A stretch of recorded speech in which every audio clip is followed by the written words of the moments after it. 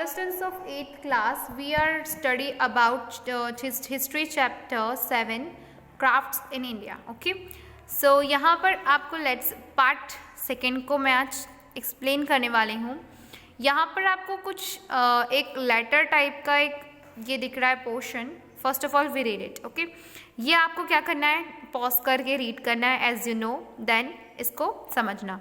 यहाँ पर एक समाचार दर्पण में उन्होंने एक लेडी ने, जो विडो है, जो बंगाल की स्पिनर है। स्पिनर एक वुमन होता, एक स्पिनर एक वो व्यक्ति है जो स्पिन करके, यानी जो एक, मैं आपको चरखा वाला बता रही हूँ, एक ऐसा ये चरखा होता है जिसको ये लोग स्पिन करके, ये यहाँ पे हैंडल कुछ होता है तो उसको स्पिन करके ये लोग व्यूइंग करते हैं, तो वो जो काम करते हैं उसको स्पिनर कहते हैं। ओके, तो बंगाल की एक स्पिनर है जिन्होंने समाचार दर्पण को एक अपना एक पेज लिखकर दिया था। 1828 में छपा भी था ये पेज।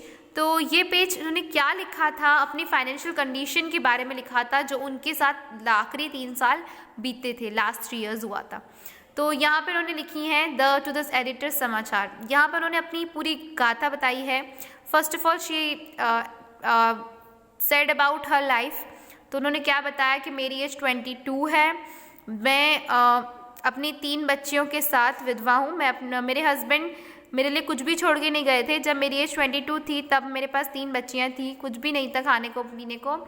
मैंने अपना जीवन व्यतीत व्यूइंग से किया, यानी मेरे पास जो था चरखा और तकली, चरखा और तकली। चरखा is this part of the wheel, चरखा, एंड तकली ये इस वाले पार्ट को बोलते हैं। ओके, तो मैं इसके ज़रिए अपना जीवन व्यतीत कर पा रही थी बहुत मुश्किल से।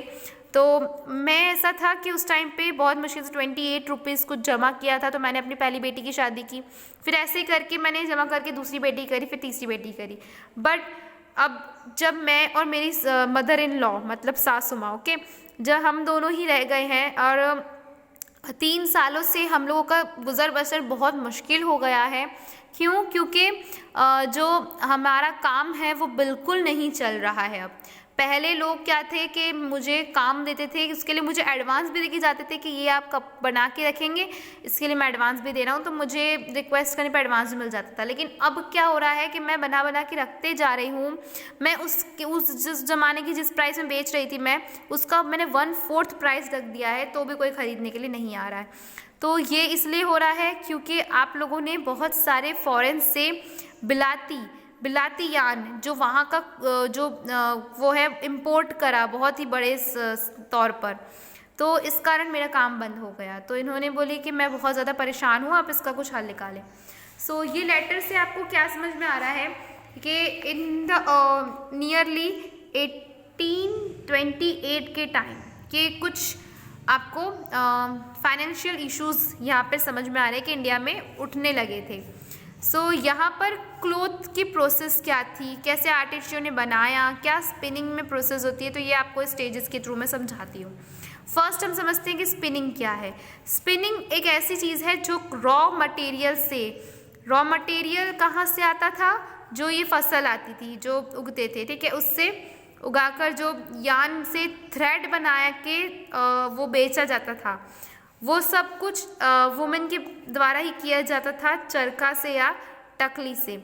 चरखा और टकली दो चीज़ें हैं। ओके, मैंने आपको अभी समझाया। फिर उसके बाद सेकेंड स्टेज आता था डाइंग, यानी एक कपड़ा बन गया लेकिन वो कलरलेस है, उसको कलर करना पड़ेगा, जिसको हम बोलते हैं रंग रेज। फिर weaving, the thread was woven into cloth on looms by the weavers. ये निकली वाइट कलर का धागा, उसको किया इन्होंने कलर करने के बाद आएगा अब उसको बुनने का टाइम, व्यूइंग मशीन। फिर प्रिंटिंग, उसके ऊपर जो भी अभी लेटेस्ट में चल रहा होगा उसकी डिज़ाइंस को प्रिंट करने का काम प्रिंटिंग में हुआ करता था। ये 4th स्टेज था। सो ब्लॉक प्रिंटिंग्स हो गई, जो मैंने आपको प्रिंटिंग्स कुछ बताई भी थी पहले, इससे पहले। सो मिलियंस ऑफ इंडिया मेड्स और लिविंग आउट ऑफ हैंडलूम्स, और कुछ मिलियंस ऐसे लोग थे जो इस हैंडलूम्स के ऊपर निर्भर थे अपने जीवन के लिए, जैसे कि the Tanti weavers of Bengal, the Julahas और मोमिन व्यूअर्स और नॉर्थ इंडिया। ये आपको उनका नाम बता रहे हैं जो फेमस हो गए थे इस व्यूअर्स के कारण। Kaikolar and Devangs of South India, and the viewing communities passed on their skills from one generation to next. तो ये ऐसी चीज़ थी जो one generation to next generation इन लोग की चलते जा रही थी. Second is your topic fading out the of Indian textile industry. अब यहाँ पे क्या होने लगा कि धीरे धीरे जब इम्पोर्ट्स यान के इंडिया को होने लगे, इंडिया वैसे ही खुद की प्रोडक्शन कर रही थी, उनका अच्छा खासा चल रहा था, बट इंडिया ने यहाँ गलती कर दी कि बाहर से यान इंपोर्ट करना स्टार्ट किए. यान वही चीज़ है जो पूरा चीज़ अभी मैंने स्टेज में समझाया, वो बना बनाया बाहर से ले आना. सो यहाँ पे क्या हो गया था, मैंने आपको अभी लास्ट चैप्टर में बताया था कि इंग्लैंड में एक बहुत बड़ी कॉटन टेक्सटाइल इंडस्ट्री खुल गई थी. वहाँ पे मशीनों का इस्तेमाल करने लगे, तो वहाँ पर कपड़ा बनना बहुत ज़्यादा स्पीड से काम होने लगा. और सेकेंड चीज़, नो मजदूर, नो लेबर, सो पैसों की वहाँ पर उनको ज़्यादा ज़रूरत नहीं पड़ी, तो इन्होंने इसको चीप भी रखा, यानी सस्ता रखा, ताकि कोई भी इसको अफोर्ड कर सके. तो अब यहाँ पे धीरे धीरे क्या होने लगा, इंडिया की जो इतनी अच्छी जो प्रोडक्शन चल रही थी वो अब इन लोगों ने घेर ली थी. उन लोगों का उस टाइम तो स्टार्टिंग ही था, उस टाइम उन लोगों ने इंग्लैंड में ही अपना किया, लेकिन जैसे जैसे उन्होंने प्रोडक्शन बढ़ाई, उन्होंने इंपोर्ट करना शुरू कर दिया, एक्सपोर्ट करना शुरू कर दिया. उन्होंने एक्सपोर्ट किया यूरोप, अफ्रीका, अमेरिका, जिसके क्या हुआ कि जब 19th सेंचुरी आते आते इंडिया को बहुत ज़्यादा लॉस उठाना पड़ा, और इनकी सारी जो इंडिया की जो एक्सपोर्टिंग यहाँ होती थी वहाँ अब इंग्लैंड ने करना शुरू कर दिया था, और चीप रेट में कर रहा था, तो ऑफकोर्स सारी कंट्रीज़ वाले उसी का मंगाएंगे. तो यहाँ पर अब हमें दिक्कत आने लग गई, स्पेशली बंगाल के साइड, क्योंकि वहाँ पर सिर्फ यही काम से ही वो लोग अपना गुजर बसर करते थे. अब वो काम धीरे धीरे छिन रहा था. अब इंग्लिश कंपनीज़ ने क्या किया, इंडिया को भी एडवांटेज देना व्यूअर्स को कम कर दिया. कैसे? उन्होंने अपने इंग्लैंड से ही पूरा इधर माल इम्पोर्ट करना स्टार्ट करवा दिया. यानी अपनी जो कॉटन टेक्सटाइल जो इंडस्ट्रीज उनकी चल रही थी बढ़िया, उधर से वो लोग सामान यहाँ इंडिया में मंगाने लग गए, जिससे इंडियन के जो थोड़ा बहुत इंडिया में चल रहा था अपने अंदर ही, कम से कम लोकल में ही लोग कमा रहे थे थोड़ा बहुत, वो भी उनको राज नहीं आया, उन्होंने वो भी बंद करवा दिया. तो कॉटन जो अभी इंडियन के वो पहन रहे थे, तो अब वो ब्रिटेन से ही मंगाने लग गए, और ब्रिटेन प्रोड्यूस जो आ रहे थे उसी को इंडिया में वो लोग यूज़ करने लग गए. तो इससे बहुत बुरा मार्केट में असर पड़ा. लोग जो वुमेंस जो इस काम के कारण अपना खाना पीना गुजर बसर कर लेती थी, वो भी बेरोज़गार घूम रही थी. सब अब क्या कर रहे थे, एग्रीकल्चर की तरफ भाग रहे थे, क्योंकि अब उनके पास कोई काम नहीं बचा था. सिटीज़ की तरफ भाग रहे थे काम की सर्च में. फिर कुछ लोगों ने तो ऐसा किया कि उन्होंने अफ्रीका और अमेरिका ही चले गए प्लांटेशन के काम के लिए. वो लोग यहाँ पर अगर कुछ नहीं मिला तो वो लोग सोचे कि वहाँ कुछ ना कुछ तो मिल जाएगा. Many others stayed back as the handloom weaving did not weather out completely in India. Some types of cloth like saris with dedicated border or cloth with traditional pattern could not be made by machines.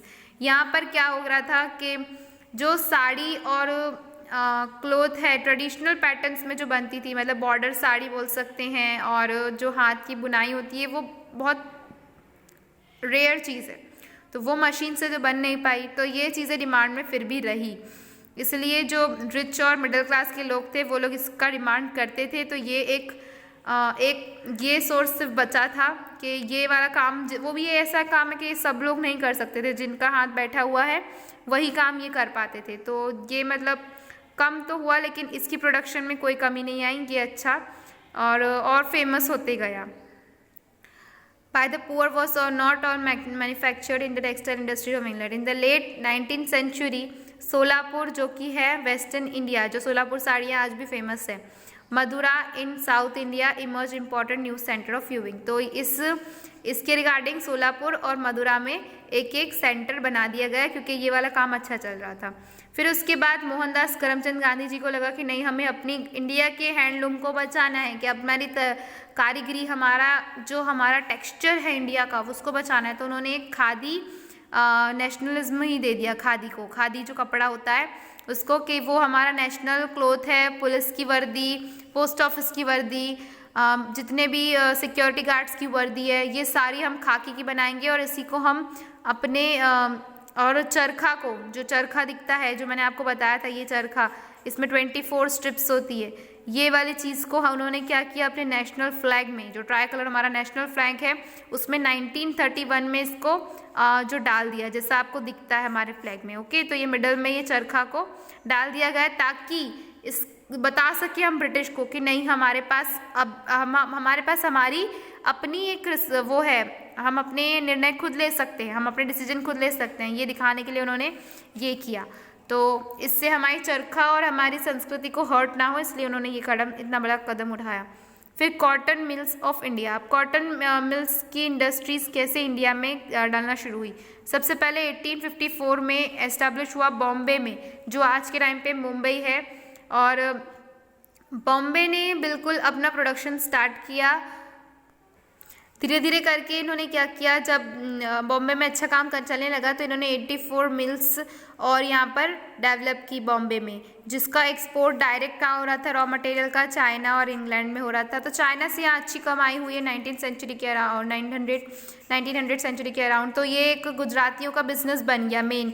Parsi और गुजराती लोगों ने बहुत कमाया वो China से, तो इन लोग का मेन बिजनेसमैन बन गए ये लोग, और इन लोगों ने अपनी इंडस्ट्रीज डालना और ग्रेजुअली शुरू करा। अहमदाबाद, सोलापुर, नागपुर, कानपुर, बड़े बड़े हैंडलूम्स डाल रहे हैं। 19th सेंचुरी में ये टेक्सटाइल मिल्स इंडस्ट्री बहुत गजब की चलने लगी, जिसके कारण 19th सेंचुरी के स्टार्टिंग में क्या हुआ कि ब्रिटिश लोगों को बहुत ज़्यादा इससे चिढ़ मची लगी कि इन लोगों के 2 डिकेड से इतना बढ़िया काम कैसे चल रहा है। तो इन लोगों को अब कंपटीशन फेस करना पड़ रहा था। ब्रिटेन जो अपना सब सामान और चिप करते जा रहा था और सस्ता करते जा रहा था, इससे उनकी पोजीशन गिरते जा रही थी। इनके ऊपर हाई प्रेशर आ रहा था क्योंकि इन्होंने सारी फैक्ट्रीज खोल ली थी।